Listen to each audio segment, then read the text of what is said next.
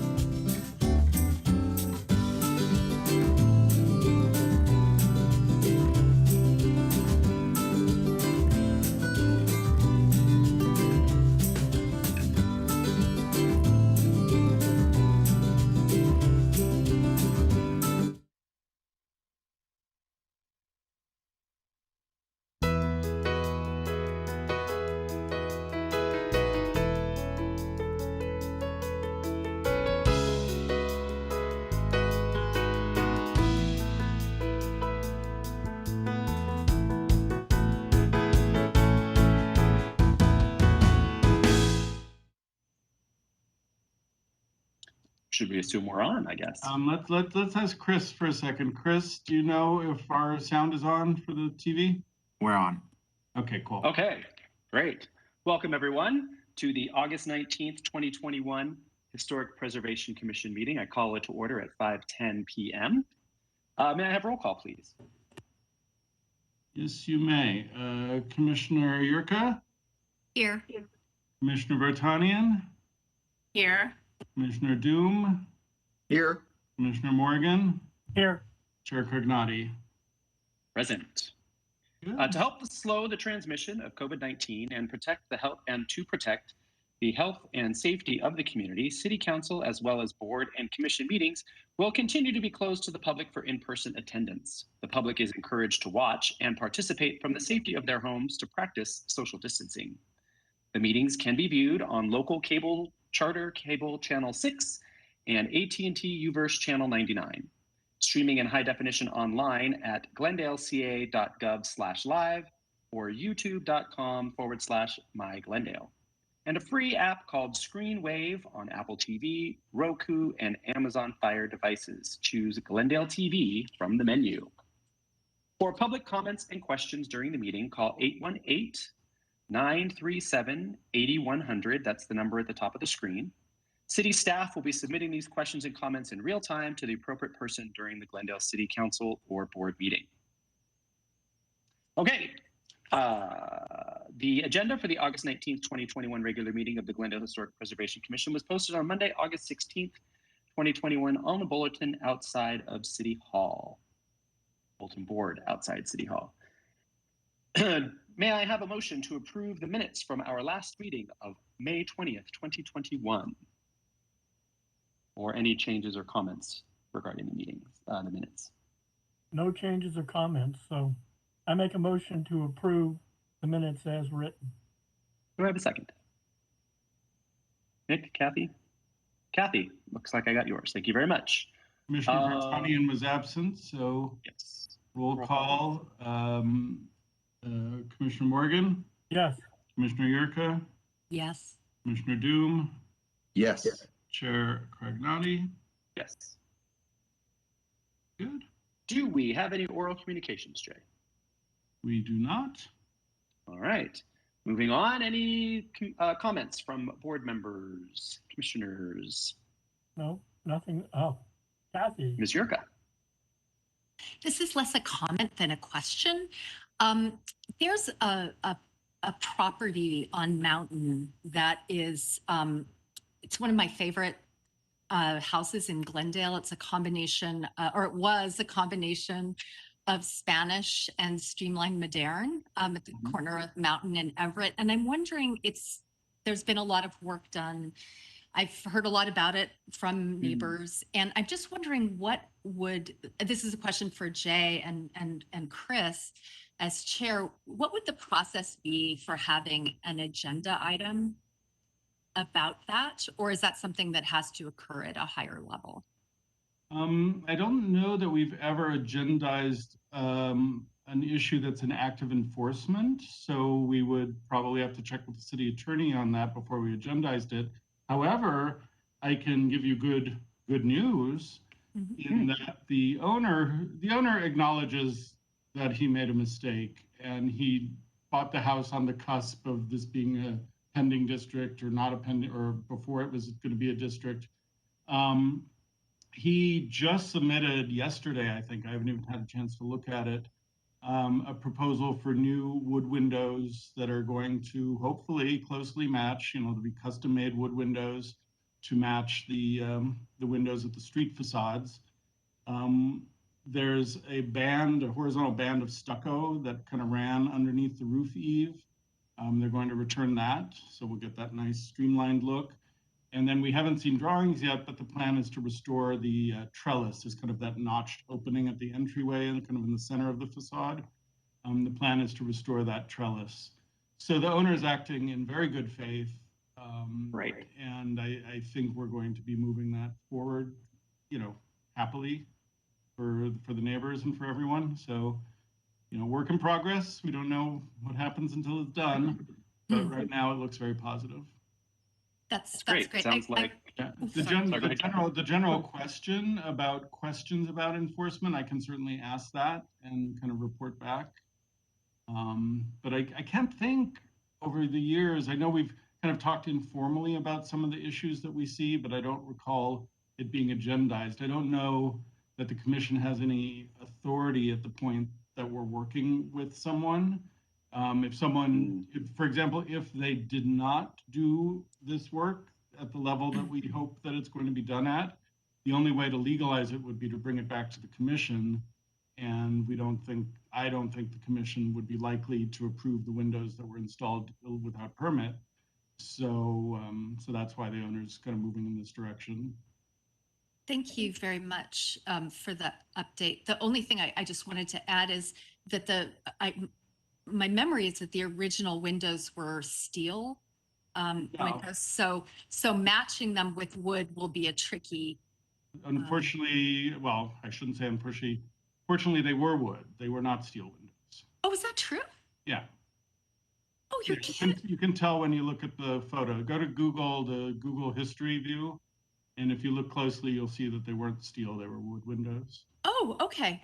I will. I mean, I've driven by that house so many times. Well, when you see Streamline Moderne, you sort of assume steel windows because it's so common for that style. But maybe because this is a weird hybrid or I don't know why, right. But, you know, the use of steel versus wood was sometimes just a choice made. You know, you see those two types on the same exact house. One has wood, one has steel sometimes. So. It's great. Okay. This is an example of things being handled at the staff level, which is fantastic.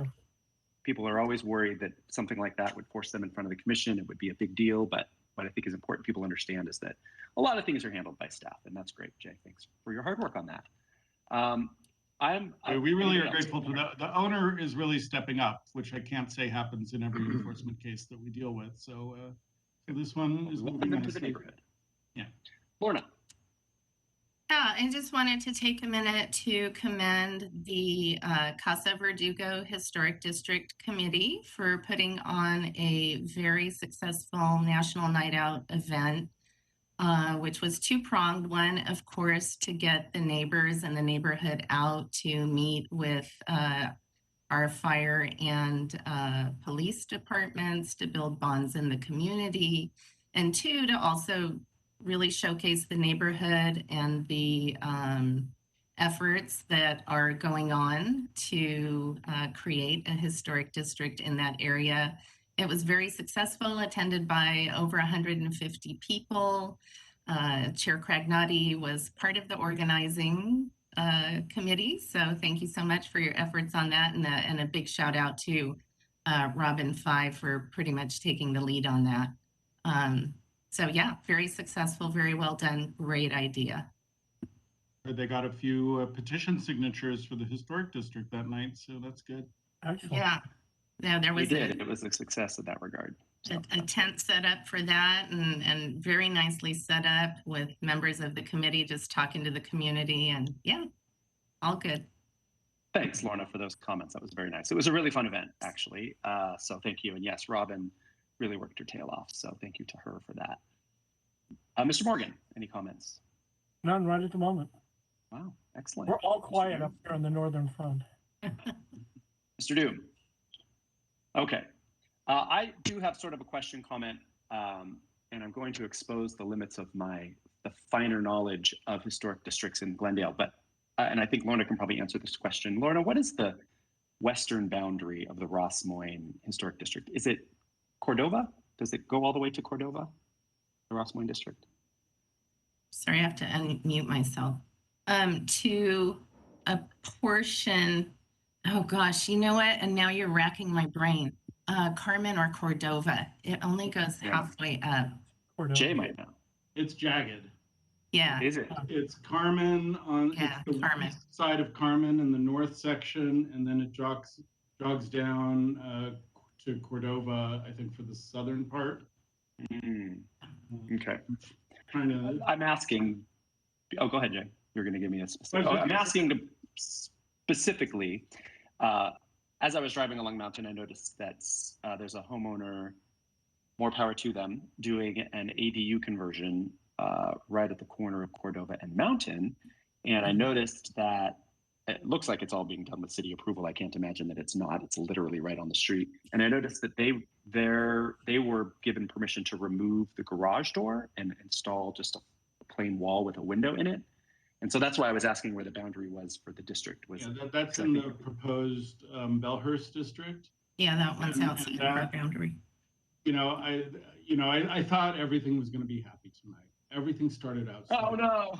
Everything was so positive until you raised this issue. No more happy talk. Should But the have done it in an email. a permit was issued by a former staff member for that work in a manner that does not meet our ADU guidelines, whether you're, for a historic district. And we looked at it. Everyone here is like, oh my God, I can't believe that one of us made that approval. But it happened, and it's very difficult if there's an error on staff part, but there's a good faith effort on the part of the homeowner to pull a permit. They're granted a permit, and they go ahead and do the work that meets what was approved. Usually these things, and these don't happen very often. I want to assure everyone that it doesn't happen a ton of all the time or much of the time at all. But when it does, it's often a small thing that you don't really notice. This just happens to be in your face. This is a garage that's about 6 feet setback from the sidewalk. It's not great. I can't say anything else. I think it's on a non-contributing property, if I remember, but I'd have to check that. Not that that makes it okay. We would still, even on a non-contributor, make sure that it met the rules. So that's what happened there. Well, thank you for explaining it. Mystery solved. Yeah. Mistakes happen. It's all good. Oh, and you said there were former staff members, so I guess that we'll just leave it at that. That concludes because I don't want to say anything more. So. Okay. Let's move on to new business then. Let's talk about item 7A, 268 West Kenneth Road, Glendale Register Nomination and Mills Act Application, PMA 2114136. Take it away, Mr. Platt. I'm going to share my screen. There we go. Yay. How's that look? Yes. Fabulous. I redid our title slide. I was so... Today, I had a few extra minutes and I was so bored with our ugly old title slide that I switched it out, but this may be a work in progress. We'll see. I do like the two mountains, but anyway, here is... Looks great. Thank you. There we go. Okay, so our first item of two tonight is 268 West Kenneth. This is a Glendale Register nomination and a Mills Act application for a property on the south side of Kenneth Road in the northwest Glendale area. Jay, can I interrupt you for a second? Of course. Are you seeing the customize your view? There's something across the PowerPoint that I'm seeing. Are you guys seeing this, or is this? Oh, no. I'm sorry. I never use Cisco. I think it's me. Yeah, sorry, it's done. Sorry. Hopefully, this is our first presentation where I'm using the widescreen PowerPoint format, which is the new default. That's kind of what led me to rejigger the title slide and this type of slide. But are you good now, Kathy? Yes, I am. Sorry for interrupting. Cool. Okay, so this house, as you can see from the street, is rather unassuming at first glance. When you look a little closer, it becomes interesting. And then when you get deeper into the property, it becomes quite special. Where my slide advance isn't, there it goes. This house was built in 1950. We're recommending that it be called the Tatum House after the first owners. And this is a really outstanding example of mid-century architecture, and it has an excellent pedigree in its design by A. Quincy Jones, who's one of the key figures in Southern California architecture in the mid-century from the late 40s into the 70s, but some of his key works were done in the 50s and 60s. And this is actually one of his earlier works working independently. You may know Jones for some of his other works, and I was going to show some examples.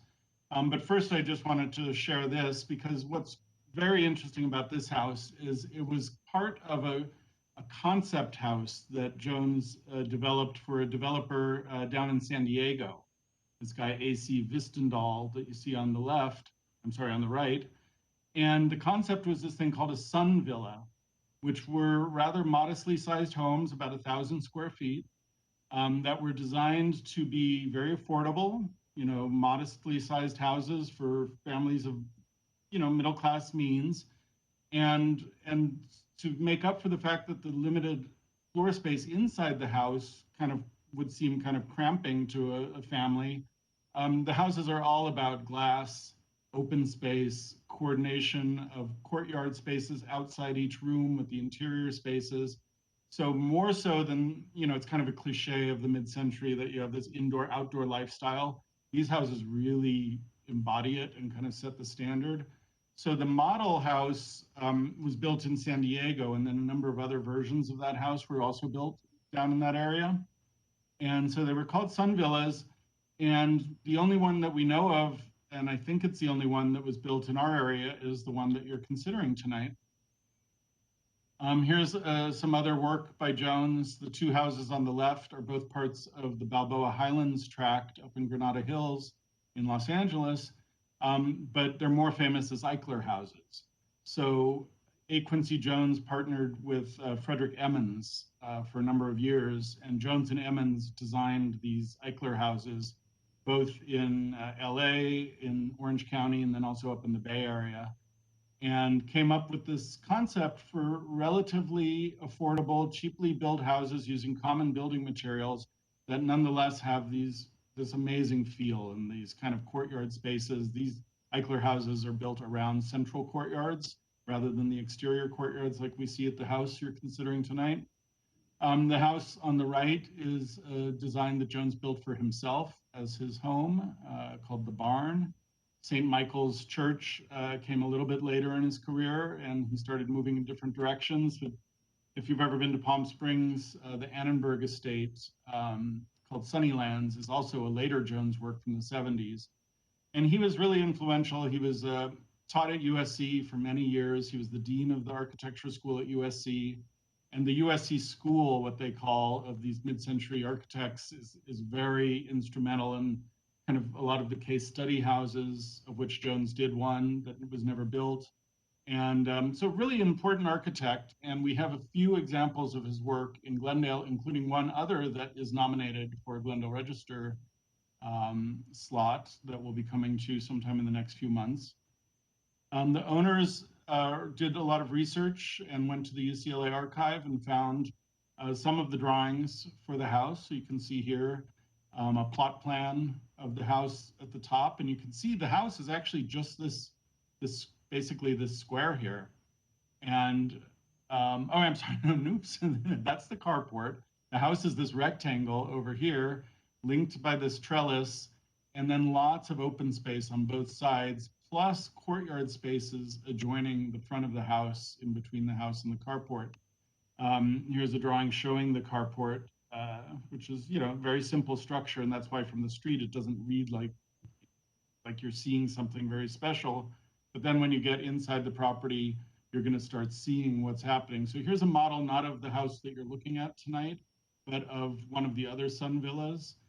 And you see certain features that are common to all of them. The shallow pitched roof, the circular concrete pipe chimney, the zigzagging privacy wall, the trellis that links the garage or the carport to the house.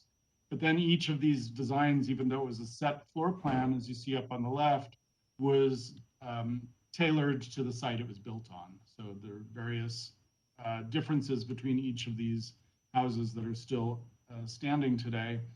Here's the interior of one of the other houses. So I don't want you to confuse this with historic shots of the interior of this house. But for those of you who did visit, you'll see there are commonalities that you can see in all of these versions. Mr. Tatum was a public school teacher. And I think that's kind of one of the interesting things, just to think back to the day when public school teachers were buying Neutras and Quincy Jones projects and Gregory Ain houses. And it's just a reminder that good design can be built affordably, and it's a lesson lost on most developers today. And what little we can do saying this out loud here, we should let it echo longer and try to get things like this built again. So here's the view from the street, showing you a close-up of the carport. Next to the carport on the right, you see kind of a diagonal slat privacy fence, so that you can't really see the courtyard area from the street, but when you're looking in the other direction, it's almost invisible. You see right through it because of the way the boards are placed on the diagonal. On the bottom is this fence that's built along the street, which is a solid fence of diagonally placed zigzagging wood boards, which to me is one of my favorite features of this property. Here's a view from the carport down to the house, and that's where you start seeing the sense of this, the mid-century modern post and beam construction. You see the trellis, you see the clear story windows, you see the shape of the roof. On the left of this picture is a small office addition that was made recently, and we'll talk about that in a minute. And you get a close-up on the right of that diagonal privacy fence. Here's a better shot of the right side of the house. What's cool in this picture is you can see right through the house. It's a glass box basically on the front and back sides. And then it's more private on the side facades to give privacy toward the neighbors. So even though you're living in a glass box, you're not on view. And I think that was very clearly Jones's intention. Here's a shot looking toward the front door, which is the white slab door. You see the trellis. You see the fence that kind of separated one of the courtyards that's on the other side of the fence and serves the primary bedroom. And then where the door is, that's the door to the new office. That was a gate that was inside the fence. And then you can see the office kind of floating above the fence, but you still have that horizontal line of the fence, which is exactly as it was built by Jones. Looking the other way from the front of the house toward the street, you see the brick paved kind of courtyard yard area. This is not original. We don't have a good sense of what this originally was. There was probably more landscaping, but this feels appropriate to the overall design. Here's a close-up inside the courtyard that serves the primary bedroom, looking toward the house. Here's one of my favorite details of the house, which is the concrete chimney, which was made of a sewer pipe, evidently, that rises from brick, and then you have two sheets of glass on either side of it, so you can see the full round chimney poking from the inside to the outside of the house. And it's really another one of my favorite features of a house that has a number. Here's a view down the side facade where you see just the simple vertical board siding, the clear story windows, and then the deep overhang. So this is the side facade, and you can see how this gives privacy from the neighbors. This is looking down the other side, same feature. Obviously, this is more the back of house area. This is the back of the house. The service core, bathrooms, and part of the kitchen are hidden behind walls, but the clear story filling the gable spans the entire width of the house. You have two sliding glass doors that are recent replacements of the previous aluminum doors that were in place. This is looking toward the smaller of the two bedrooms at the east side of the house. This is looking toward the living room, dining area, kitchen, the public side of the house. There's a swimming pool that was built in 1951. I'm not sure, this looks maybe like it was retiled or something. I wouldn't guess this was a 50s pool. This is down several levels. I forgot to mention, but you probably saw if you visited, this is very much a down sloping site. So from the carport, you go down to the house level, and then from the house, there's a patio courtyard terrace area, and then you go down from there to the pool level. So this area is not incredibly visible from the house itself. There are a few alterations that have been made recently. The owners did what I would call a very sensitive, light touch kind of remodel.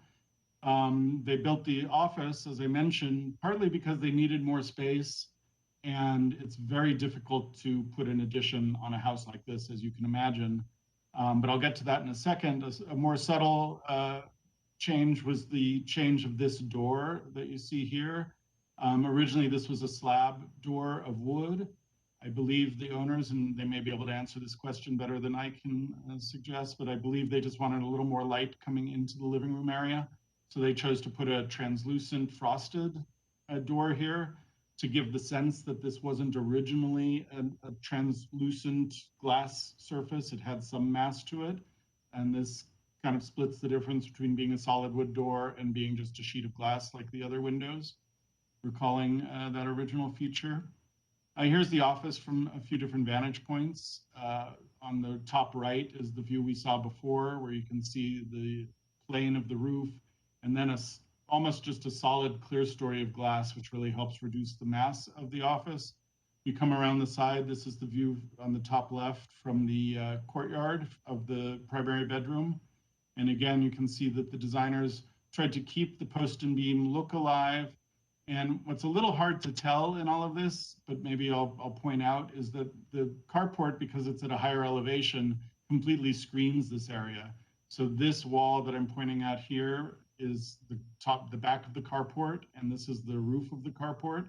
So this is completely hidden from view behind the carport. And we worked from staff level, we worked with the owners and the architect on this design to try to create something that met the Secretary's standards, that I feel is a successful way to create a little more usable space for this house that that still allows the house to read as itself and is designed in the spirit of the house without completely mimicking it. And yeah, so that's what I've got. We do find that this property is eligible under criterion 3 for its outstanding architecture that exemplifies the mid-century modern ethos and details and the work of Jones. And I really only had one condition to recommend, but of course the commission may want to recommend others. But I was a little concerned that when I saw this fence or this gate, that it really is discordant with the design of the house. And this is more visible than the other side of the house, which is really very much back of house and hard to see from it isn't visible from any vantage point until you're right there.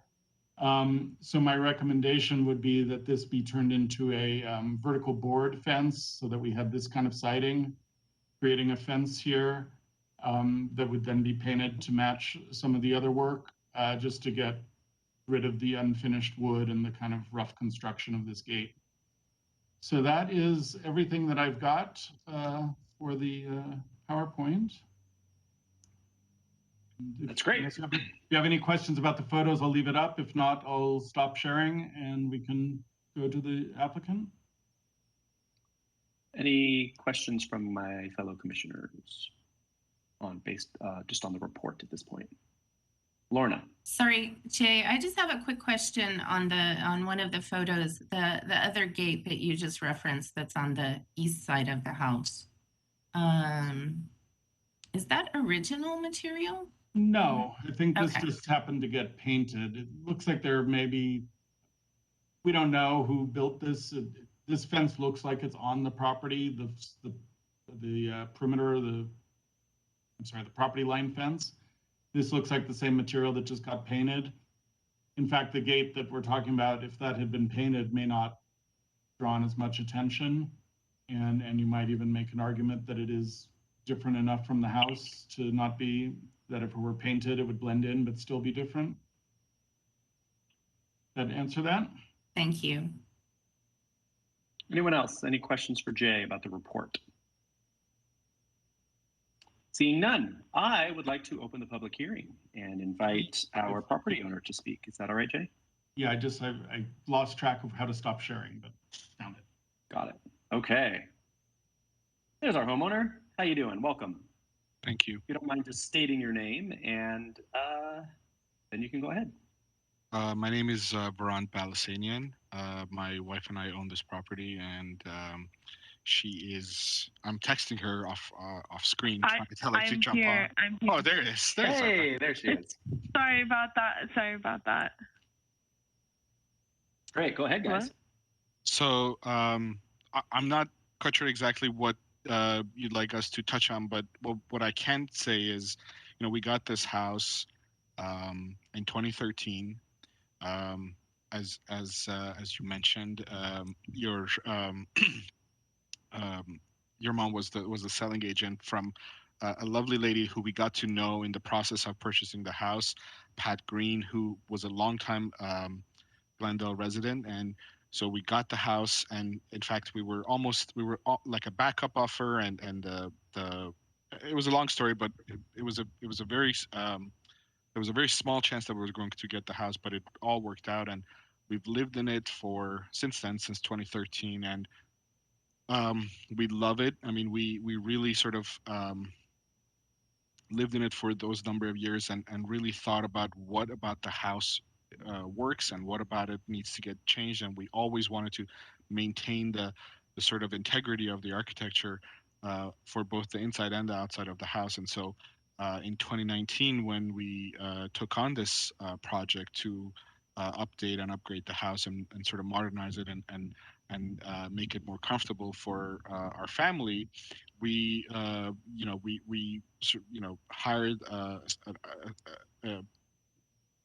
an architecture firm that you know that were sort of local, had experience in historical preservation and rehabilitation, and really sort of gave them the mandate to stay true to the original architecture and the original history of the building as much as they can, just make it so that we can sort of live in it comfortably, that we can, we aren't too hot and too cold, and sort of design within those bounds. And we worked over, I think, 2.5 years with them to go through this process, and we're very happy with the house, the way it turned out. We love it. We're going to keep it, I think, forever. and yeah, it's sort of become our pride and joy, other than our son. He's glad to hear that. Yes. Well, that's great. Zaruhi, do you want to say anything? Oh, just reiterating what Vanan said, we love this house. One of the greatest joys I get out of life is when people come and see it like up close, and they tell us, "Oh, we don't usually expect to see homes like this in Glendale," and we love sharing everything about the house, like from the architectural details to the history of the architect and why it's significant. And we take great pride and ownership in having this house and being able to share it with others. And anyone who ever wants to see it, we're more than welcome. And we love giving the tour of it. That's so nice. That's great. Are there still 96 palm trees on the property? I remember Pat was very excited to share that information with us. Bad news about that. Uh-oh. Some of them we had to cut just because they were just... I'm not surprised. 96 is a lot of palm trees. We're still in the high double digits, so... Great. Yeah. That's awesome. Do any of the commissioners want to ask them any questions? We can always open the public hearing later, but does anybody have any questions or anything they want to say to our homeowners? Okay. Okay. Are you guys, let's see, do we have any call-ins, Jay? Oh, Mike. Let me see. Mike. I'm unmuted. Can you hear me? Yes, we can hear you. Do you have a question for them? I just like the simple fact that while talking to them, and we talked very extensively, and I love the passion that they have put into this house. They kept saying, well, what would Quincy Jones do in a spot here or there? And that was a big, important part for me, that they really wanted to get the essence of what Quincy Jones wanted to have in this house, and they wanted to preserve it in a spectacular way. And I think that they have accomplished that so far. I mean, I was just blown away with the abilities that they have gone to this house. I mean, they went to their fireplace, and there's a little small spot that has a little black thing on it, and they were, just kind of quizzing whether this should be this way or should it be that way. Would Quincy Jones have wanted it this way or not? And it was a pleasure to spend the time that I spent there talking to them. So Thank you, Mike. Nope. We're actually at this point just looking to see if you have any questions for anybody, but we'll do commissioner comments in a few minutes. Jay, are there any other calls in on this one? There are no calls. I just wanted, I think I misspoke. I think I said this was the Tatum House. Yes, Actually, you Yes, did. you did. Yeah, I'm sorry, I was confusing the two houses. So this is actually, what is it, Frank Weber and his wife Mary. So we would be calling this the Weber House. Okay. So, sorry about that. Okay. So not seeing any further calls, I will close the public hearing at this point and open it up to commissioner comments and questions. Mike, thank you. We've heard from you. That was very nice. Anyone else? So I'm happy to go. Go for it, Lorna. Yeah, thank you. I just want to start by thanking the owners for bringing this nomination forward, for your interest in protecting the house. I'm sure you're going to be great custodians. Again, your enthusiasm for the home is just so obvious. I also, we're really so fortunate to have an intact example of this house design in our community, designed by, an architect of such importance in our regional history. So that's really special. And I do support the nomination. I also, I want to thank the owners for the thoughtful design in executing your new office. And Jay, I think you said city was involved at that point, or staff was involved at that point. And I think just the way it's been articulated with the clear story, windows across the top, and it's very subtle. And I also really appreciate, thank you for talking about your new insulated roof and the thought you put into having that taper back so that, your insulation is very narrow at the edges of the roof. So you really can't see it. Who would have thought of that? I think that was really great. And then, you talked about how you guys took time to move all your utility lines over there to the east side of the house, and I appreciate how much effort that probably took. So I also just want to say that the clerestory windows, I did not know that most of them are operable until I was standing there and realized that they were at some point. I know, you had mentioned that the prior owner had them nailed shut for various reasons, and I would love to see those open up again, but I see on your work plan, you guys have that slated for some point in the future. So I'm really happy to see that. One thing that I did notice, the accordion fence at the front of the house, the beam across the top has wrought on the east side. And I know you guys, I see that that's on the work plan as well, but I'm wondering if that's something we might want to move up on the schedule. It looks like that's slated out to 2024. And just because it's wood, and Jay, I think it shows in one of your pictures. I couldn't see the west side, obviously, but the east side. One of the beams. The edge was a little ragged, so. Yeah, so something for the commission to consider. Regarding your recommendation on the gate, I'm okay with that, but I guess I would just suggest that if we're gonna put a condition on that gate, even though the gate on the east side is somewhat hidden, we still do take a full view or review of the property. And so I probably want to see both of them done in the same manner, just for consistency. And actually the one on the other side is missing a few dog ears. So I don't know how that happened, but it probably just happened over time. It's looking dog-eared. Thank you. It actually looks like it's part of the design. It's an interesting fence because it has a lot of opening. I remember Veron was able to, well, I'm not going to give away your secret, Veron, so. Yeah, top-notch security system. Yeah. So, Lorna, I'm wondering if I could actually address some of the. Sorry, Veron, really quick. We're going to actually, we can't have you speak anymore because we closed the public version of the hearing, but we can reopen it once all the commissioners have made their comments, and maybe we'll engage with you then. Thanks. Sorry about that. Go ahead, Lorna. No, so actually, I think those are my comments for now. I'd love to hear everyone else's comments. And again, thank you so much for bringing the nomination forward. It's really a special home, and I'm so happy that you've brought it forth and that we have it here. Thanks, Lorna. Thank Anyone you. else? Kathy. Thanks. This is not the grandest house, but it is really one of the most important mid-century houses in Glendale. I first saw it as part of TGHS's Mad for Modern home tour 5 or 6 years ago, and I've loved it ever since.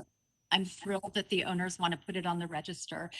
As Jay mentioned, there are a number of A. Quincy Jones houses in Glendale, including several that are clustered together on one street whose name escapes me now, but a lot of them have been really altered. And so it's nice to see one that's so intact. I appreciate the work that the owners have done inside and out. It is beautiful and, as they suggested, livable. I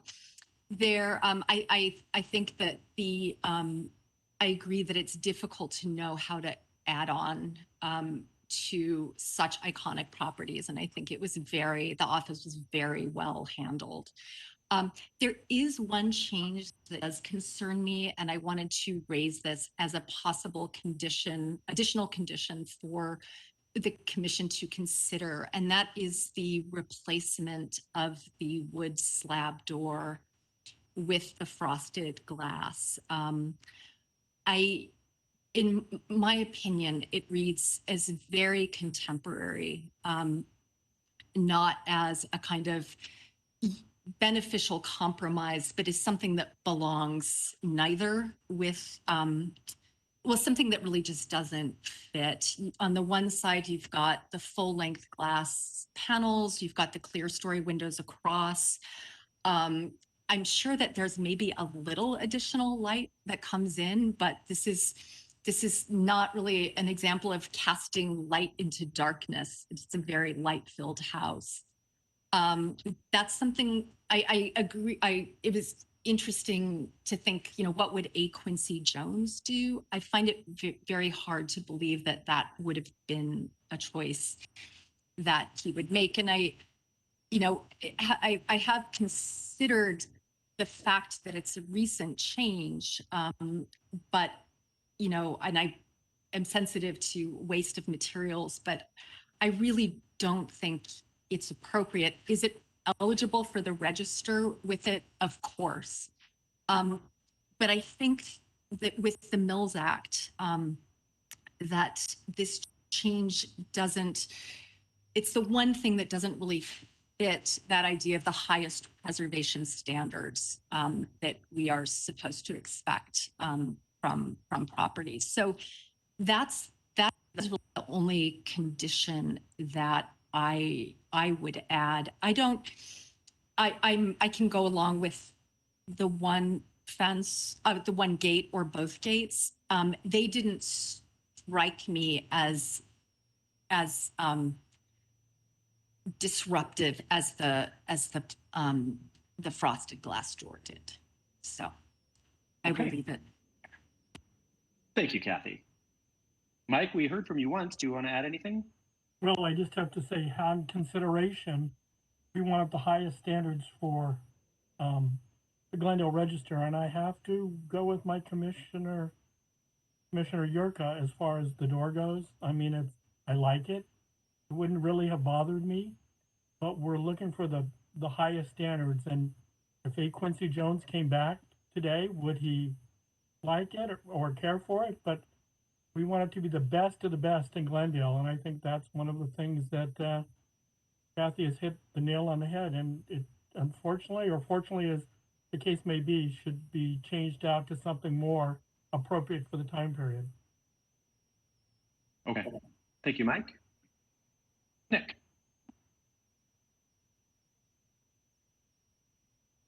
Just to echo what everyone else said, I appreciate the tour and what the work has done. And I'm very excited about this house. Thank you. Thanks, Nick. Well, I just, so many kudos all around to everybody involved in this. Homeowner, the architect, staff. I realize you said it took 2.5 years to get that office built, but it was certainly worth the wait. I think this is another example, a positive example of staff working really hard with homeowners and architects to get it right, and everyone, kudos for your patience on that. And, you know, the homeowner mentioned that my mom was actually the listing agent for this house when it sold, when Pat sold it to our applicants. And we never know when someone buys a house, what's going to happen to it. So this is a real special treat to see how much love they poured into it and how much effort was made to restore it and keep it intact. So thank you to them for that. I can see, just looking at the photos, that yes, that fence does look a little bit out of place. And I think Jay's right. Had it been painted the dark color, we might not have noticed it so much. But you know, if down the road if we put a condition on it that down the road those two fences are made more appropriately in line, I think that's fine. I remember when looking at this picture now, when the house was for sale, I thought, why are there two doors right next to each other? And one of them has a planter in front of it, and obviously that door is never going to be used. Why did he do that? And there's no real answer, but that's what A. Quincy Jones did. I'm certainly not going to second guess his genius. What would you say about a frosted glass door today? I don't know. Were there frosted glass doors back when he built houses? I don't know. Wasn't alive back then, but maybe he would think, wow, a frosted glass door, that is genius. Who knows? So I am on the fence about that. I would leave it to my commissioners to, if they needed to deliberate about that further.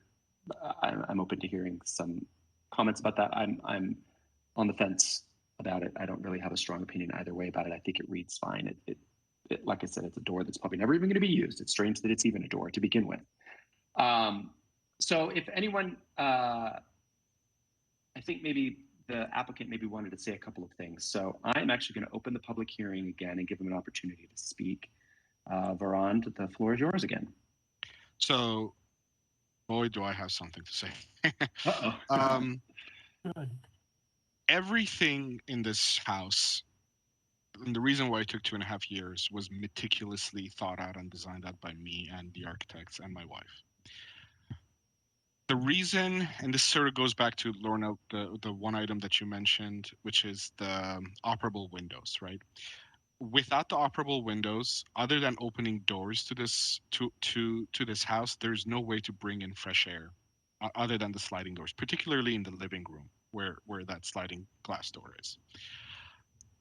We in the process of going through the renovation, we did our best to try to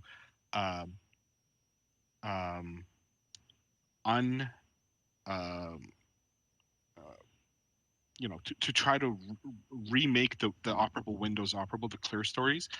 But in an attempt to do that, the nails were just so corroded and things were just so old and it had been painted over so many times that it was very clear that we were going to damage the operable windows if we even sort of went further to touch them, right? And so we made a decision at that time that, you know, and just to clarify, the operable windows are the facade of the house. The frames are essentially part of the exterior cladding of the house. And so we made the decision to leave them and not, destroy them and destroy the entire back and front of the house. And as a result, sort of that led to us trying to think of, well, how could we bring in some fresh air into the living room? Because it does get hot. You know, the Sun Villa, I mentioned this to a few of you, Sun Villa was created for San Diego's temperature. With those clear stories, it makes perfect sense for cross ventilation, natural ventilation. But in Glendale in 2021, it's a different story. There's really, not, especially where we are on Kenneth, there's just not that much, breeze to cool the house naturally. So it gets quite hot, and not to mention that we kept the glass as original. I mean, it is original. We haven't even touched it, so it's not like it's double pane glass, so it's not very well insulated. At the same time, the door that was next to the door, there is a logic, Chris, why that door is there. Some of the other iterations of the Sun Villa, the main entrance, the pathway where the trellis is actually separated from the courtyard that you would go to for the living room area that we have. So the idea there is every living space has its own door to an exterior courtyard. And I remember when we looked at some of the other variations of the Sun Villa, there was a, there are instances of it where the pathway going into the main entrance is separate than the courtyard, and that's in those instances is where that door for the front living room patio space makes sense. So, so given the fact that we couldn't get any fresh air, and the fact that that door was essentially rotting. Again, she had nailed it shut in many ways. There was an intruder attack, and she got really worried, and she essentially nailed everything down. And the door was rotting, and it was like damaged. So we looked at it as sort of an opportunity to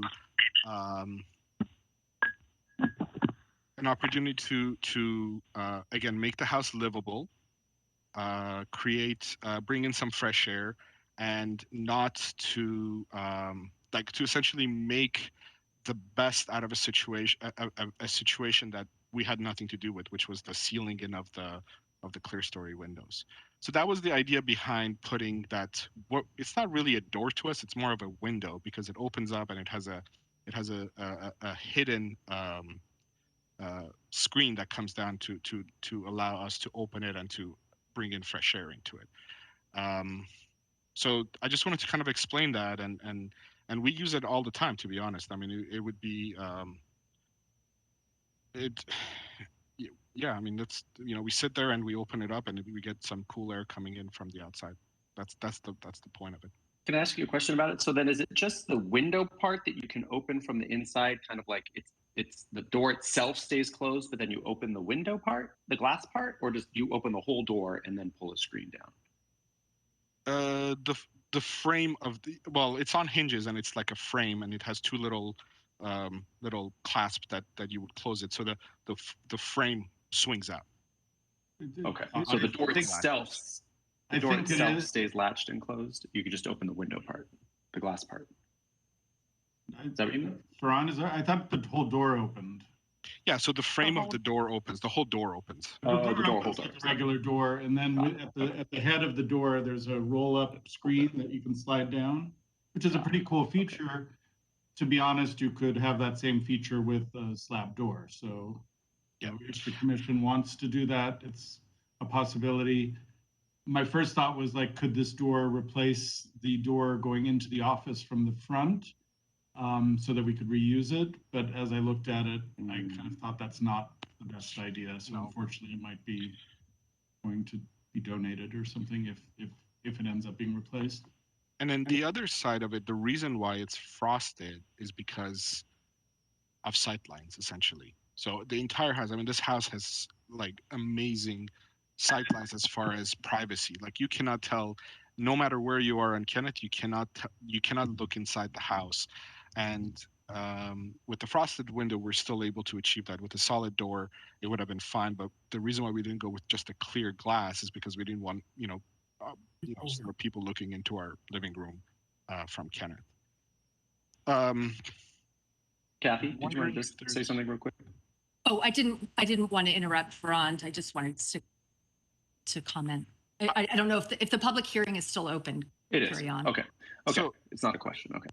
The last thing I wanted to say is I think, with the roof, I mean, with the sort of the entire utility aspect of it, the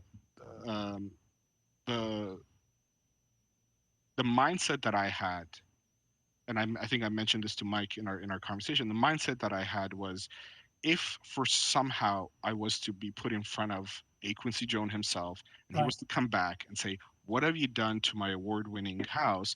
Would I be able to defend it? And I think I would be able to defend it given the circumstances that I was given, given the parameters of what was given to us.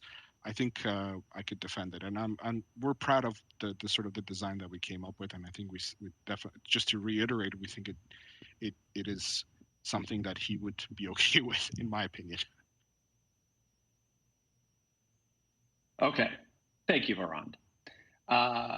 With that, I will close the public hearing. Kathy, you had a comment?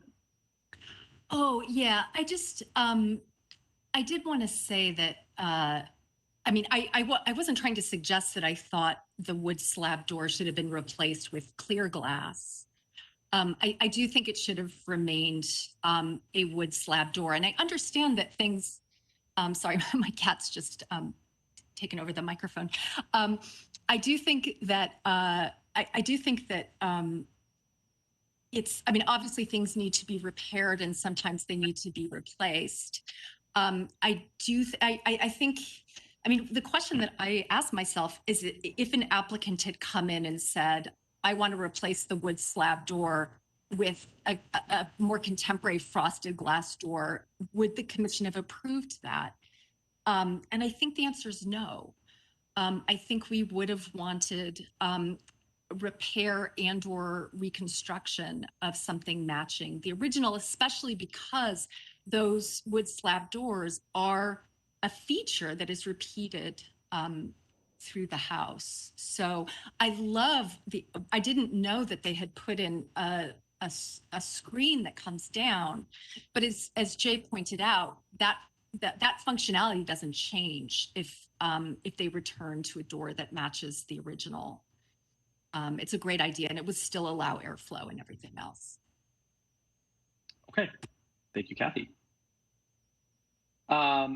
Okay, so to add sort of just a question about the process. So when an applicant includes a sort of future forward-looking list of anticipated repairs and things, that's not actually incorporated into the contract, right? That's so just, some cities, their policy is to have a very strict application of that list and get receipts and make sure the work's done. We don't do that for our Glendale Register properties. We're going to be doing it for our contributing properties when they get the Mills Act. We'll have it's not going to be getting receipts exactly, but it's going to be proving that the work was done and the timeline is going to be clear. So if there was something on this list that was important to one of the commissioners, we should ensure it's put in as a condition. Right?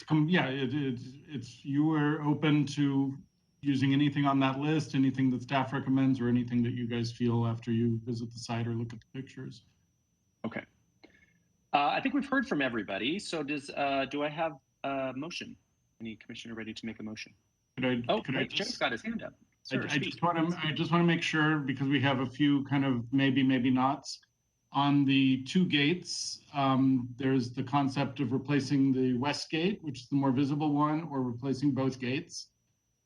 So I think there was consensus to replace one, and is there consensus to replace two? That was kind of what I was hoping would appear in whatever motion was made, but I appreciate you trying to get clarity now. But this is how we do it with design review board. It kind of simplifies things for us to kind of keep track of the design review board. Sometimes we have a list this long of conditions, and then it's really important. Here it's a yes, I do think it's important to note for our applicants, the conditions that we're discussing is a very short list compared to a lot of things we see. But anyway, Lorna, you wanted to say something? No, I just wanted to say from my perspective, I know it's really a minor detail, but I just think it would be nice to have consistency on both sides. That said, Chris, like you, I'm a little on the fence about the frosted glass door. Jay, could we look at the photo again? Sure. I think, I can't remember. I have a photo that I might be able to pull up showing one of these houses with the solid door. But give me a second to get this going. While he's doing that, Kathy, did you want to say something? Okay. And I guess I'll also just bring up that I had mentioned regarding some of the wood rot at the accordion fence at the front of the house. I don't know if anyone else has any strong opinion about that. Bringing it off the work plan and bringing it up a little bit in terms of. I think that makes sense. Having that addressed. With the case of wood rot, I agree. Okay. Anyone else agree? We only need 3. Yeah, well, we don't want wood rot. So. Oh, So what do you think is an appropriate timeline, Kathy or Lorna, actually, for that? Because we're going to put a time on it. 3 years, 2 years? Let's not forget 1 year for really small things like that. Yeah, would we consider that small? I don't know how big of a project that is too. I'm assuming the rest of the fence is okay and maybe it's just the beams across the top. I didn't look at it up close. It looks like the boards go all the way down to the ground, and I think there was some rot that we saw down at the bottom. I'd rather not replace the whole thing. The boards have a really interesting texture. Right. There are materials that you can use to repair wood rot. So if the condition was written to repair wood rot at the front fence wherever possible and replace only limited amounts of wood as necessary, that would probably be a good condition.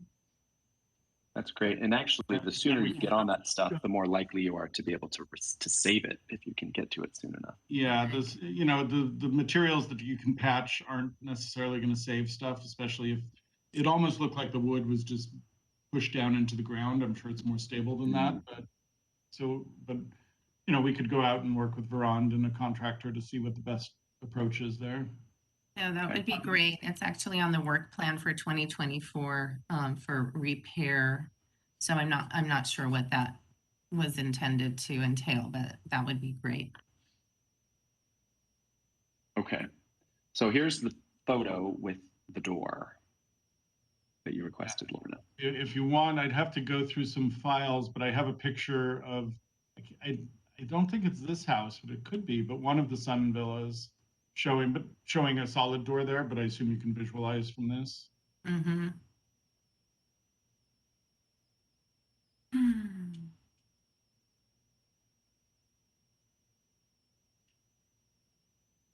I don't know, Jay, do you have an opinion? I agree with Kathy. I didn't put it as a condition, partly because they just had installed it and I wasn't sure if you would be concerned or not.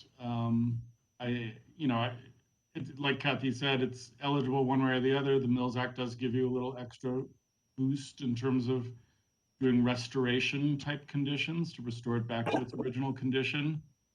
And the fact that they'll have privacy and still have ventilation, even if it's the wood door, I think it still meets what Verond said were some of their concerns. So.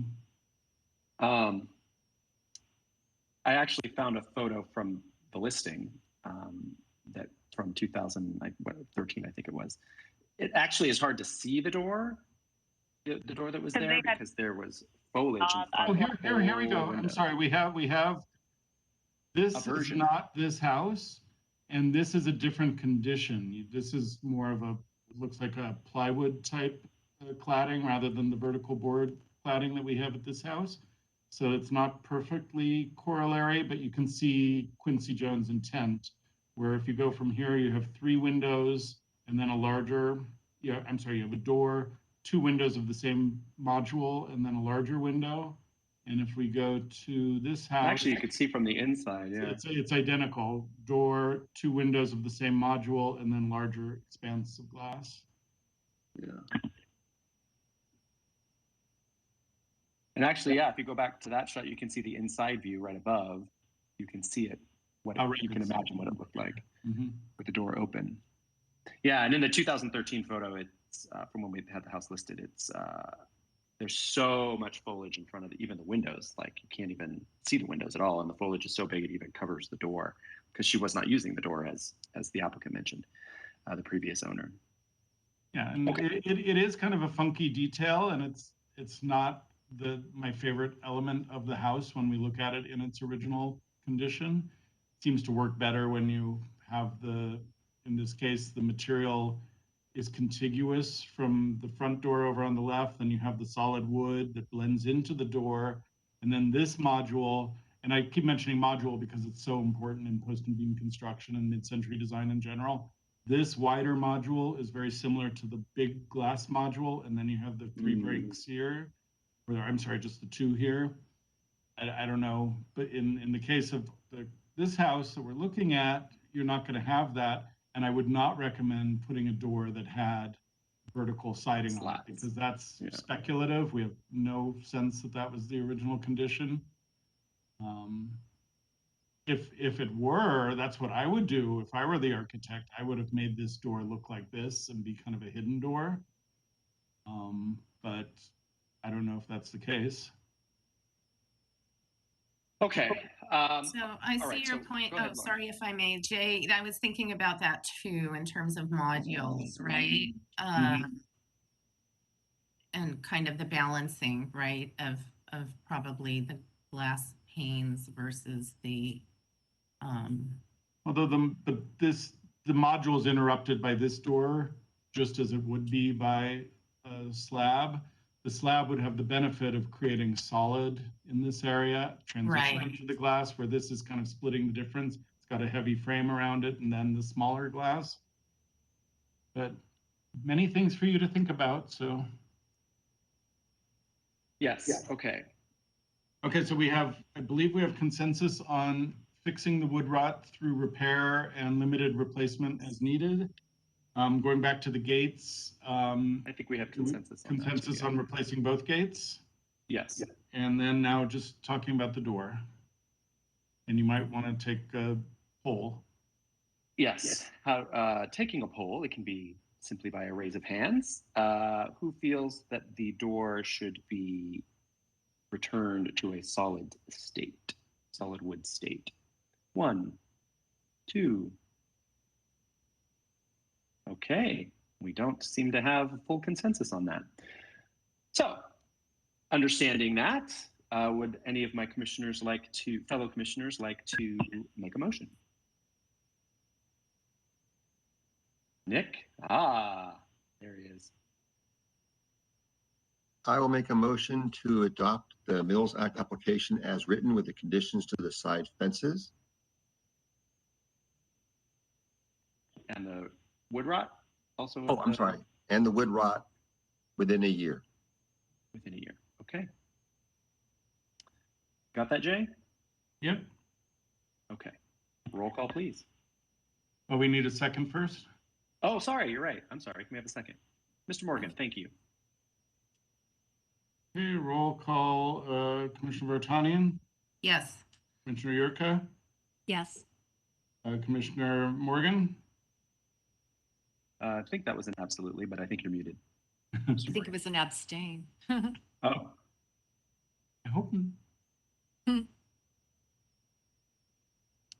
Mike, just give us a thumbs up, thumbs down. thumbs up. Okay. He's in support. Okay, where did I leave off? Commissioner Vartanian, did we get you? Commissioner Morgan and Chair Carnati? That's a yes for me. All right, 5-0 to approve the Glendale Register and the Mills Act with 2 conditions, one for the gates and one for the fence at the front of the house. That's great. Thank you very much, applicants, for your time and again for your patience through all of this process. Yeah, congratulations. Yes, Thank you. congratulations. We're going to move on to item 7B. Thank you very much. Okay, We can I, drop as off, right? chair- you can leave. Yeah. Thank you, everyone. Thank you. Thank you very much. Rudy. We are going to move on to item 7B, which as chair I must, and as a commissioner, I must recuse myself from this item as I live within 500 feet of this residence. So Vice Chair Doom is going to take over the meeting from here and through until the end. So it's all yours, Nick. Thank you, everybody. You guys have a great night. Night, Chris. Thanks, you too.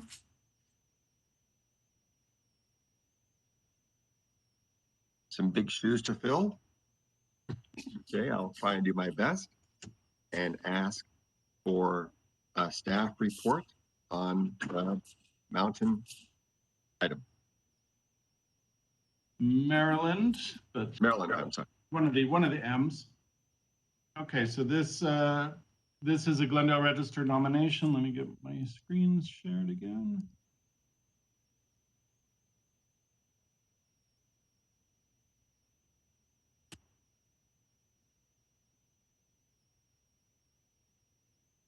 Okay, so now we're moving backwards in time, maintaining there's interesting stylistic connections between the Craftsman period and mid-century in some nice ways every so often. We're looking at 1300 North Maryland Avenue. This is a Glendale Register nomination and a Mills Act application. The house is at the northeast corner of Maryland and Randolph. I'm doing that from memory. I hope that's true. And what we see is a really nice early Craftsman property that has some interesting features that make it not 100% unique, but definitely give it some character that we don't see on every property. This is especially true at the front porch, which has the full wood siding approach for the railing and for the porch columns. Not unheard of, but not one of the most common features of Craftsman properties. But stepping back, this house was built around 1908. The reason I say around is because there's one assessor's record that says 1907. It doesn't look like it was written in 1907. It was written later. It could just be a mistake. The owners worked with Sean Bursell, who did research for this for one of the TGHS house tours, I believe. And he's pretty certain that it's 1908. Everything else that I could find suggests 1908.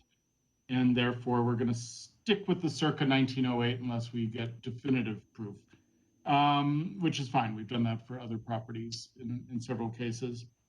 The house was built by Edward Howland Tatum, who was an engineer, civil engineer. There's some interesting, early history here. If it was built in 1908, the nomination and the research that's been done previously makes it look like the Tatums, and it was Edward and his wife Nina and their children. It looks like the nomination says they lived there from the beginning, but looking through city directories and census records, I found some uncertainty about that. It's really hard to say sometimes whether, a family could have two houses and be in one at the time the census came, but the 1910 census shows them living in a different part of the city over near Playa del Rey. And the city directories show them in a few different locations, but those may have just been Mr. Tatum's business addresses, or we don't really know. So, but it's not really critical because nothing about the Tatums or any of the subsequent owners suggests that they were significant in history. So having a little bit of uncertainty there isn't critical in terms of your decision making, because it seems clear that this house, at least for staff, clearly meets the eligibility standard under criterion 3. So what we have is a side gabled house with a fairly steep roof, which is a sign of early Craftsman. You can see that the roof flares out and becomes a little more shallowly pitched as it covers the front porch. And then, like I mentioned, you have the wood siding at the porch that has the nice kind of flare at what's called the skirt at the base of the wood portion of the house. And then you have the stone at the foundation level that has an angle to it, which we call a battered kind of condition. The stonework appears to not be original. The house had some earthquake damage in terms of a chimney over on the right side here being replaced at some point. So you'll see some areas where the stone and some of the porch concrete were replaced. The work here at the entry area and along the base, and then also the concrete porch deck itself, appear to be more contemporary, probably from the 1995 repairs after the Northridge earthquake.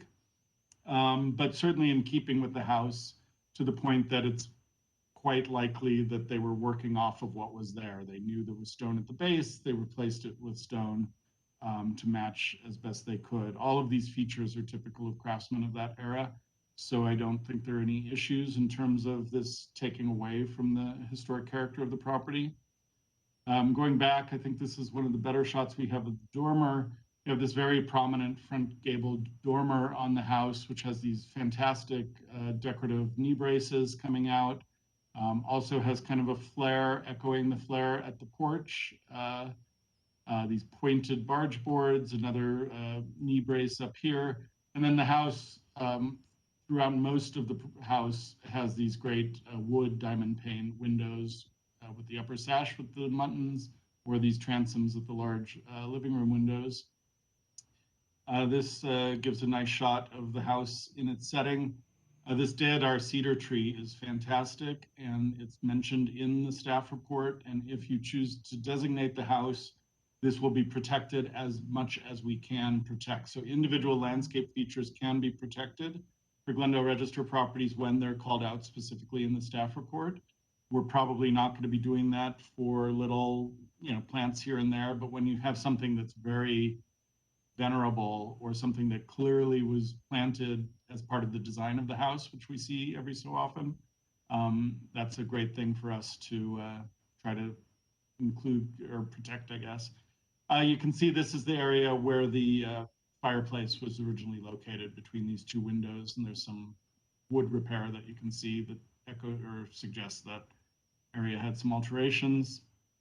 You saw this facade, some details of the front porch. You can see the flag pattern of the newer concrete is very similar to the flag pattern we'd see historically, or certainly appropriate. The front door appears to be an original oak door. Unless it was decoratively painted, I can't tell for sure. But either way, it's a typical feature. Coming around the side, this is the east side of the house, and so you can see these gables, or the gables have these knee braces stepping up and down, supporting the roof eaves. These are some cabinets shielding some of the solar and other equipment. One of the conditions, actually the only condition that I was recommending for the house is a paint job for the entire place. Some parts need it more than others, but sometimes it's best to just do the whole house. And I would recommend that these cabinets be included in that. They kind of jump out a little bit. A detail of some of the windows at the second floor. Here's the back of the house. This, instead of having the gabled dormer, has a shed dormer. Definitely original.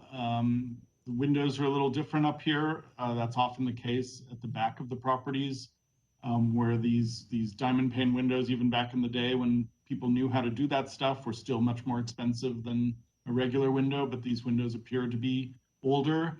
So in the common room downstairs that connects to the front, where you want to have that kind of see-through symmetry of the window types, it's not surprising to see this here, and it's also not surprising to see the 1/1 windows upstairs.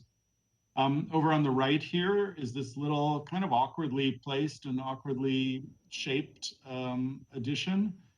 This is really old. This shows up on a 1919 Sanborn map, and I can't remember, it's definitely there before 1921. And well, I guess the 1919 Sanborn suggests, oh no, it wasn't the Sanborn, the Sanborn doesn't show this, that's right. But a document from 1921 does show it. So sometime probably between 1918-19, 1921, this was built. This area at the rear looks like it's been altered to some degree. This bump out at the first floor is shown on the on the Sanborn map from 1919. So something was here. There's a funny little bump out here, very, very minor. You may not have even noticed it on your visit.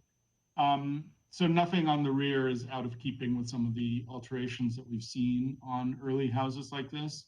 And also bear in mind that we often think in terms of the eligibility methodology that was developed for the South Glendale survey, gave special consideration to properties built before 1919, acknowledging that there's a greater they're so rare and so special that we acknowledge that there's likely to be some alterations to those properties, and we can look past those and still find it eligible for the Glendale Register. Nothing here seems like it would preclude a Mills Act contract or anything else. A lot of it looks like very early work. Here's a close-up of the little 1921-ish bump out. The garage has been altered in ways that I cannot piece together. I didn't go inside. Obviously, this is not the original condition. The upper portion here looks early. It doesn't have the level of detail of the house. The Sanborn map shows that there wasn't a garage on the property originally, which is the case for most houses from 1908. So this was a later addition, probably early. This area over here on the right, probably a more contemporary addition, but I don't know what to say about it, when it might have happened. The permit record's not clear. So, well, not only is it not clear, it doesn't exist. We don't know what happened in this area. And then you could see the backyard, is more utilitarian. It has, the driveway coming in off of Randolph, a couple of shed structures that are innocuous and certainly painted to fit into the property. You can see those in both of these photos. And so overall, this house is a really solid example of an early craftsman house. Looks like it meets criterion 3 for designation. And in terms of conditions, like I mentioned, just the only thing that I've got, unless you have other things to add, would be a paint job for the whole house and the garage, just to get everything up and running and give it another 10 or 20 years. So I could stop sharing unless you have specific questions we could use the photos for. Okay. So that's what I've got for you.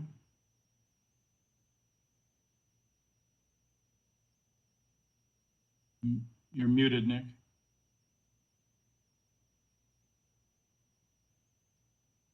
Nick, we can't hear you. Oh, I'm sorry. I muted myself and I ended up muting myself again. All right. Thank you, Jay. Appreciate the report and I love the pictures. And are there any questions or comments among our commissioners, amongst ourselves, or for Jay?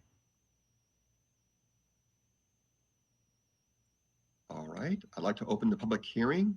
I imagine that Grant and Jessica wish to speak. So let's open the public hearing. Hello, and the floor is yours. Thank you. What would you like to say? Commissioners, I'm Grant George. This is my wife, Jessica George. Hi. And we are very thankful for you for considering this. This is one of the Jewel City's finest jewels, and I'm glad that it's being considered. We didn't know what we had when we were looking desperately in Glendale. We knew we wanted to live in Glendale. We searched all the way up as high as Santa Barbara, all the way down as San Diego. And we kept coming back to Glendale, And one of the times we were here looking at some of the open houses on a Sunday, we saw a woman walking with a small dog on the neighborhood streets on Randolph. And all of a sudden we saw a coyote chasing after this little dog. And we had to warn her, as this coyote went around the block, he brought us right to this house. And Jessica realized that this is a house that she had seen, but we'd driven by it so many times because of the gigantic tree that's out front. So we didn't even have a chance to see the house or know where this house was, let alone know what we had actually purchased when we finally did make the decision to move into this home. And it wasn't until the Glendale Historical Society came around looking for homes for the tour that we realized we had something really beautiful on our hands. I think we both knew it. We've been here, since 2011, and we're both armchair designers. And we like to stay within the true essence of periods to the point where we'll do so much research on color. But more importantly, the night that we took over the house, we literally walked right into it, started ripping down the drapes and the things that did not belong. Within that first weekend, we had the butler's pantry floor pulled up and uncovered gorgeous wood. And we were like, where else can we do this? Where else can we bring it back? And I think our bathroom was a mess. The house was unloved. The tree was unkempt. And that's why we didn't see the house. I kept seeing just a tree in all of the MLS listings. And that was day 2, by the way. That was our get to the neighborhood was to take the branches that were overhanging into Maryland Avenue and bring it back to its, to reform it to a beautiful shape. And the tree has been affectionately named by our neighbors, Merlin. We looked at the bathroom in keeping with the style of the bathroom. I know some of you have been through on the tour.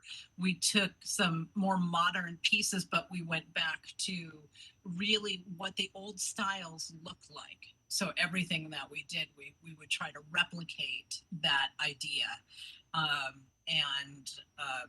So we've tried very hard to maintain the integrity. We love this house. We love raising our children here. We actually were out of state, kind of back and forth for work over a period of like a year and a half. And every time we would come back, the house would just seem so lonely without us, you know, and it would just reach its arms around us because there's so much history that we've put into this house. I can't even imagine the years before us, you know, the holidays that we've shared and the happy times and our kids growing up. And so to be able to kind of give that to our children too, to maintain its integrity. And fortunately, everything was intact, the windows and underneath 5-6 layers of linoleum and creosote and whatever else was there. Seven layers. It's all still there. Yeah. Yeah. We continue. So thank you. We're both, I grew up here, both native Californians. I'm a native Los Angelino and Lena. And so it's really, I grew up in a real neighborhood and on the west side. And what I see is North Glendale, especially being such a neighborhood that we want to maintain. And so anything that we can do to help preserve that is very important to our belief system. Especially now, I think, inside of with Casa Verdugo. And it's just, this is a very important sort of the entree to that neighborhood. And, you know, literally came off the train to go to Casa Verdugo to have a Mexican dinner. This would be one of the first homes you would see back in the early part of the decade, last decade. But so, yeah, our goal is to keep it alive and keep it in its glory as it always should have been, as well as the tree. So and Merlin, yeah. Yeah, Yeah, thank you. Thank you very much. And we appreciate all of you very much for hearing this. What was the coyote's name? I don't know. It was a lot of words coming out of my mouth. Wiley, of course. yeah, exactly. Well, thank you both very much. And I wonder if any of you, of our fellow commissioners, have questions. I'll just start. Let me just double check if we have any public speakers. We have one speaker waiting. Oh, okay. So let's open that call, and then we will. Then you can begin your discussion. Robin Fay, are you there? It's Robin Fay. Oh my God! Oh my God! It's like I'm so nervous doing it every time. I apologize. Jay, flat, how long have we known each other? I know. I'm very embarrassed. So. You knew I would call in. Hi, everybody. I'm Robin Fay, calling on behalf of the Casa Verdugo Historic District Committee in support of the beautiful Tatum House. As you know, we lose more and more craftsmen every year in Glendale, and we just don't have enough of them on the Glendale Register. So when we have one of this caliber come forward, I really hope that the homeowners are recognized and supported in their interest and willingness to preserve historic houses like this. And we in the pending Casa Verdugo Historic District are thrilled that Tatum House is being considered tonight, and we urge you to move this fantastic home forward in the process. Thank you very much, everybody. Have a good evening. Thank you. And I just wanted to mention that the Casa Verdugo Historic District group submitted a letter that you all received of support. And I also want to, something I didn't mention earlier, but since we're going to be disconnecting from our phone system because Robin was the last and only caller, Shanaz Mavandi is helping us tonight, and she's going to be our ongoing staff person for the Historic Preservation Commission. And I'm mentioning that specifically to thank Shanaz for helping out tonight, but also to let you guys know that Manoush Zakarian, who's been with us for many years, has retired. Very happily retired. And so we're not going to be seeing Manoush once we finally get back in person. She won't be joining us, but I'm sure she'll be watching on TV, right, Shanaz? So anyway, just wanted to make that announcement and let Shanaz know that we are ready for you to go home and enjoy your evening. So thank you. I'll disconnect from that. And now you can go back to the deliberation if you want, Mr. Doom. Okay, thank you. I wish Manoush a happy retirement, and I hope they can watch on television, see what successor does. All right, now Commissioners, fellow commissioners, any questions for our homeowners? No questions for our homeowners? Any last minute comments from our homeowners? Everybody's, Okay, then I'll everybody's close fine. our public hearing and I appreciate you greatly for your input. And it is now questions and comments among ourselves on this house. Would anyone like to go first and speak? Yes, Commissioner Yurkin. Thank you. I just want to say it's a great house. I'm delighted to see it nominated to the register. And I'm also very excited that the tree will be a part of the nomination because there are some landscaping features that are just so iconic and important. And this one just, it just, that in the house, like hand in glove. I agree with the condition about painting the house and painting the cabinets. And I do have a request. This is not a condition, but I know that the sheds are not on foundations and that they are mobile and temporary. If for some reason you ever they ever need window replacing, please choose something besides white vinyl. It just so stands out. But obviously they're not fixtures as part of the property. So so not appropriate as a condition, just a little special favor if you think of me and whenever that happens. So anyway, thanks. It's great. I totally support. Thank you. Commissioner Morgan, any comments? I want to make sure can you hear me? Yes. Yeah, okay, cool. I just want to thank the Georges for that house. It's a beautiful house.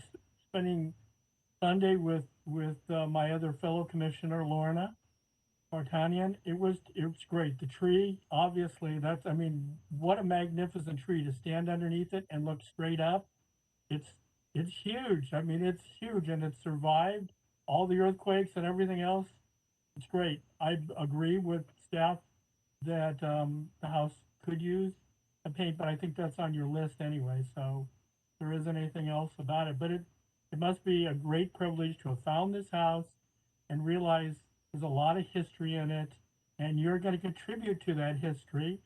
And when it's, 50 years from now, when the history is written, you'll be the people that actually put it on the Glendale Register. And I think that's a very great, wonderful thing. Thank you very, very much. Thank you, Commissioner Morgan. Commissioner Martanian.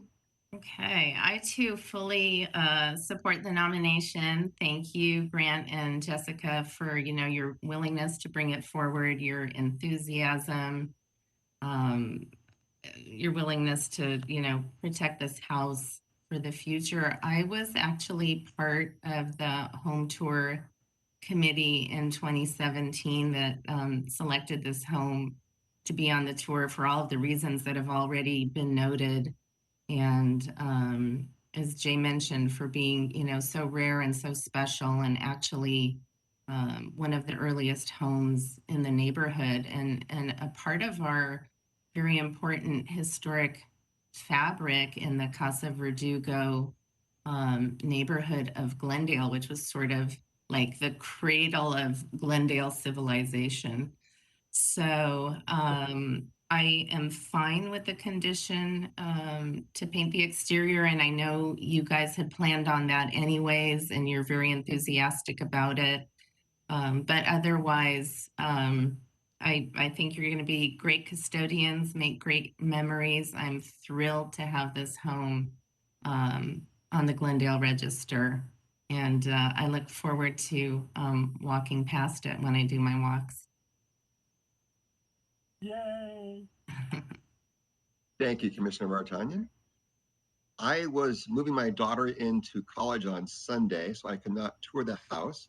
But on Saturday, I was one of those nosy neighbors, and I walked all the way around, and I peeked over the fence and stood under the tree and really enjoyed admiring your house, and loved reading the staff report for this meeting of the mid-century house, and then your house, two distinct features we have in our city. And I love learning the house is built in 1908. It's a more than 100-year-old house, and to add it to our city register is just fabulous. And I thank you for putting it forward and learning all the work you did and the tireless effort, tearing things up and restoring it. That's wonderful news to hear, as well as how great stewards you will be to this house.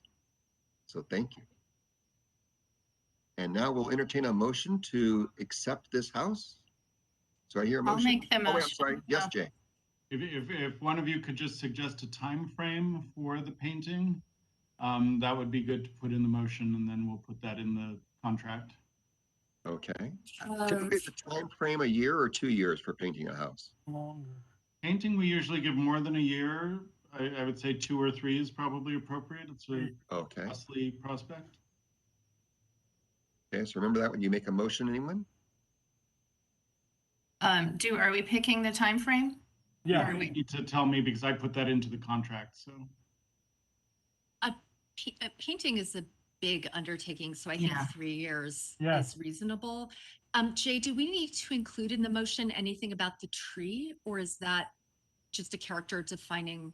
The way the ordinance, when we redid the ordinance, we said any landscape features identified in the staff report. So I try to identify something. If there was a case where I missed something that the commission felt was important, you could direct me to revise the staff report or put it in, but it wouldn't really be an appropriate condition. Oh, no, I'm sorry, at the tree, just having it be part of the preserved. Yeah, well, it is because it's mentioned in the staff report. Okay, so that's all it takes. That's Okay. covered, yeah. Okay, Yeah. all right.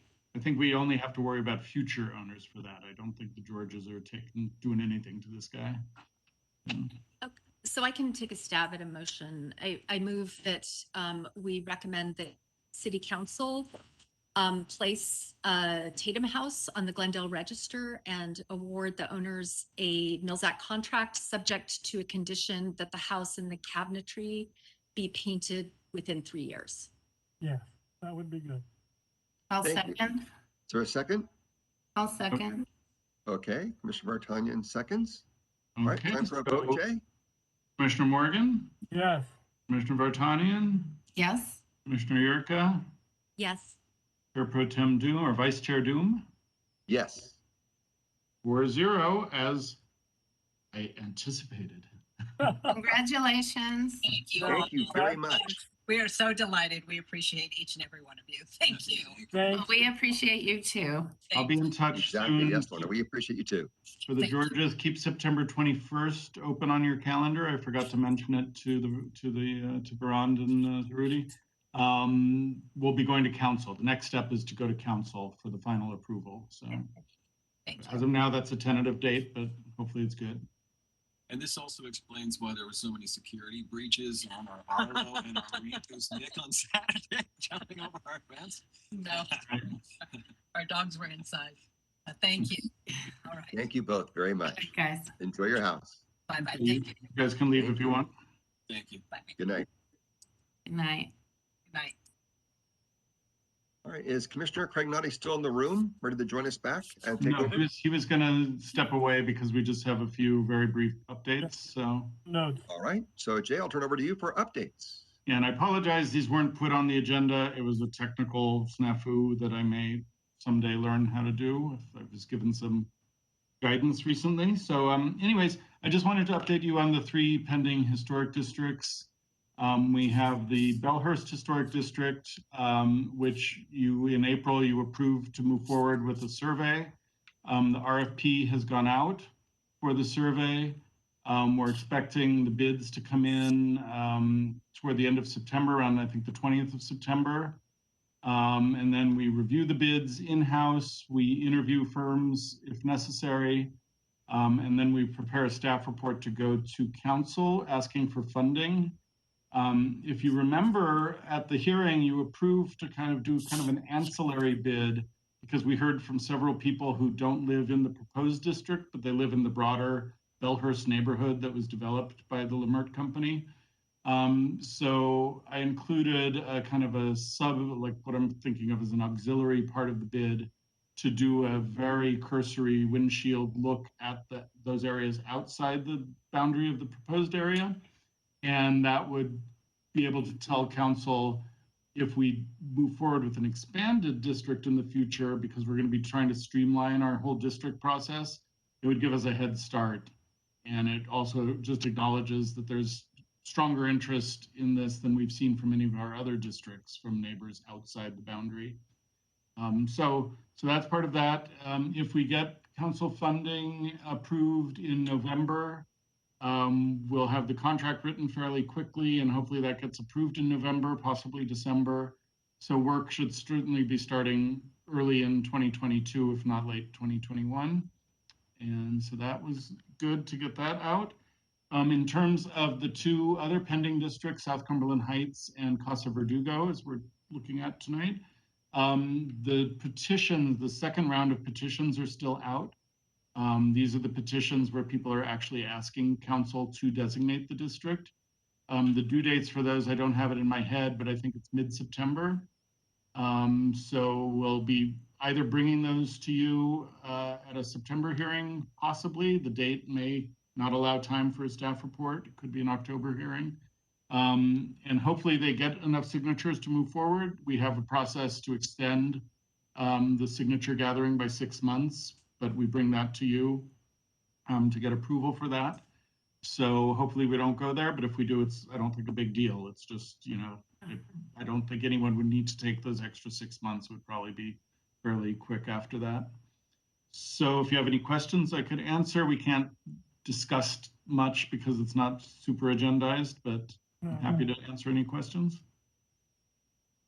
No, I just want to say that I'm glad that, you know, we do have a bit of a flexibility to extend the time for the signatures. I understand with the COVID restrictions that I think it's been a little more difficult for the proponents to gather some of the signatures. So yeah, just putting that out there.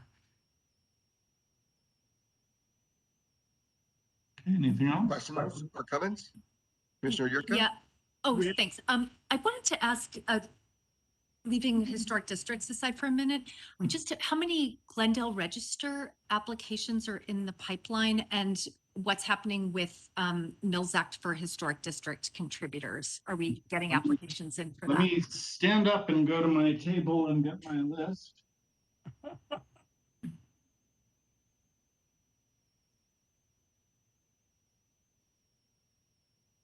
So we have. You came back. It wasn't that far. I thought you were going to be. No. This was right on top of my pile. Do you want to have some privacy? I could step up. We have an interesting house that would have been first in line. It would have been before both of tonight's properties, but the owners are film people and they're very busy film people. And so they asked to just push this back. We then have we have one nomination that I told the owner a few years ago, 2 years ago, that it doesn't look like it's a very good candidate. Mm-hmm. I haven't heard back, and we spoke about that, not just in writing. So I assume that's off the list, but I haven't gotten confirmation. And then that's a Glendale Register nomination. Yeah. Okay. For a house that to me was clearly ineligible. We get many requests for the register, mm-hmm. and sometimes if it's an obvious no, I'll tell them. Most people I say it's either bring your nomination, or I tell people they're in a gray area where they decide what they want to do. We have another house that isn't a great candidate. We spoke quite a while ago. I haven't heard back. Actually, there are two. One has a recent addition that was made. I think that owner is going to want to come forward though and give it a shot. And then we have a couple more, including a Quincy Jones house. So in terms of, it depends in terms of how many will be coming to you. It could be 4, it could be 5. We'll get a couple of those at least done this year. And a few of them have come in more recently. So we'll do our best. And then we also have a Mills Act application that's for a property that's already on the register. So that should be sooner than later. And then in terms of Mills Act for contributors, we have one application in. Believe it or not, I still haven't finalized the application form. process is finalized, but I just haven't done that yet. The submittal came in on the old application form, so it's not really valid, but I'll be discussing that with the applicant. And we'll need some other material, so that application's technically incomplete. And then I also plan to try to get the news press and whoever else can broadcast that this is available to property owners and districts out there. We also have it in the brochure, which we looked at a while ago. The brochure is kind of hinging on getting some translation stuff taken care of, and it hasn't been an active process for a little while. I know some people in the community are very excited to have this done, and so it's toward the top of my list, but not quite. So that's where those things stand. So you're muted. Yeah. When do you think the Mills Act application for contributors will be ready? Because I like, you don't want to encourage people to apply and then, you know, be told that your application's incomplete because it's on the wrong. Well, yes, I agree. I don't know. Within a few months, probably. I have a major project that I now move on to, and it's actually second on my major project list. So, and that major project isn't going to take a ton of time. We're having some technical issues with it also. And that's to notify the South Glendale property owners of the survey. And I don't know where that's going to go. We have to, you know, we have some in-house stuff to do with council to talk about that. So, but anyways, it's moving. It's there. Cool. So. Okay. But if you know anyone who has a district contributor, they should let me know. I believe someone in Niobrara has been in regular touch with me, and once it's ready to go, I will let him know. But I don't have other people in the pipeline that I'm familiar with. So if any of you have neighbors or people out in the community in districts with contributors that will meet the standards that were established by HPC and council, or come close to meeting the standards to at least be considered, just let me know, and I'll definitely give those people a heads up when we're ready to move forward. So. Thanks. All right. Good. All right. Thank you, Jay. Any other commissioners with questions or comments on updates? None. All right. None. Any closing comments from commissioners? Good night. Good seeing everyone. All right. Well, And thank you, Jay. Yes, thank you, Jay. thank you for a very smooth meeting. Yeah. And we'll entertain a motion to adjourn. So moved. All right. Thank you. On a move, second. Sign-in, motion to adjourn. We don't need a second on that. You're allowed to just okay. go once you get a motion. So 6:57 p.m. We're done. Nice efficient meeting. So cool.